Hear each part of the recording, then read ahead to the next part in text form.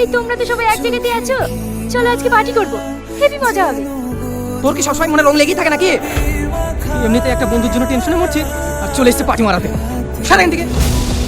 এই ও কি এমন খারাপ কথা বললো? জো গরম দেখাচ্ছি। হ্যাঁ, ওকে কিছু বলে তোর তো গায়ে লাগবে। চত্ব সব। চলে এসো। আরে তুমি এত রাগ করছো কেন? বসো তো।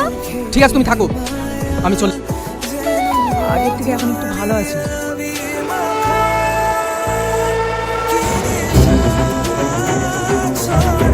আব্বা দেখো আমি কাকে নিয়ে এসেছি। কাকে নিয়ে এসেছি বাপ? পরিচয় দিলে না তোমরা অবাক হয়ে যাবে। তাই নাকি? তুমি না ওখানে দাঁড়িয়ে আছো কেন? আসো।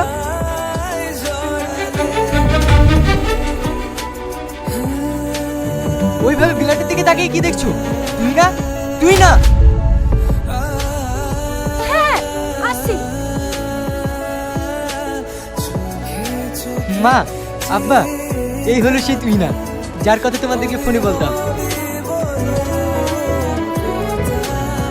মা, খুব মিষ্টি চেহারা, আমার হবু বৌমা তো একদম পুতুলের মতো দেখতে।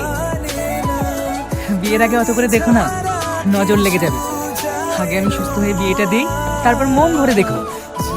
রিয়াজ, বুড়িকে নিয়ে বাড়িতে যা, অনেক দূর থেকে এসেছিস, একটু বিশ্রাম নেগা।